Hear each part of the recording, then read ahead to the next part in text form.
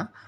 എങ്ങനെയാണെന്ന് വെച്ചാൽ നമ്മളെല്ലാ സംഖ്യകളും കൂട്ടി നമ്മൾ ബൈ എത്ര സംഖ്യയാണുള്ളത് അങ്ങനെ ചെയ്യാം. ഇവിടെ നമ്മളൊരു വേറൊരു മെത്തേഡാണ്.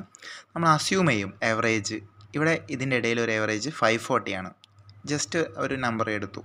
എന്നിട്ട് നമ്മൾ 532ന്ന് 540ലേക്ക് എത്ര ഡിഫറൻസ് ഉണ്ട് നോക്കും. അതായത് 8. അപ്പോൾ 532 കുറവായതുകൊണ്ട് -8. അതുപോലെ 538 540ലേക്ക് എത്രയുണ്ട്? 2 കുറവുണ്ട്. 543 3 കൂടുതലാണ്. 540നേക്കാളും 3 കൂടുതൽ. 46 6 കൂടുതൽ. 33 7 കുറവ്. 47 7 കൂടുതൽ. ഇനി നമ്മളെല്ലാം പാടെ ബൈ 6 ചെയ്യും. എന്നിട്ട് -1/6 വരും. ഉണ്ടോ? ഇതെല്ലാം കൂടെ കൂട്ടിയിട്ട് -1/6.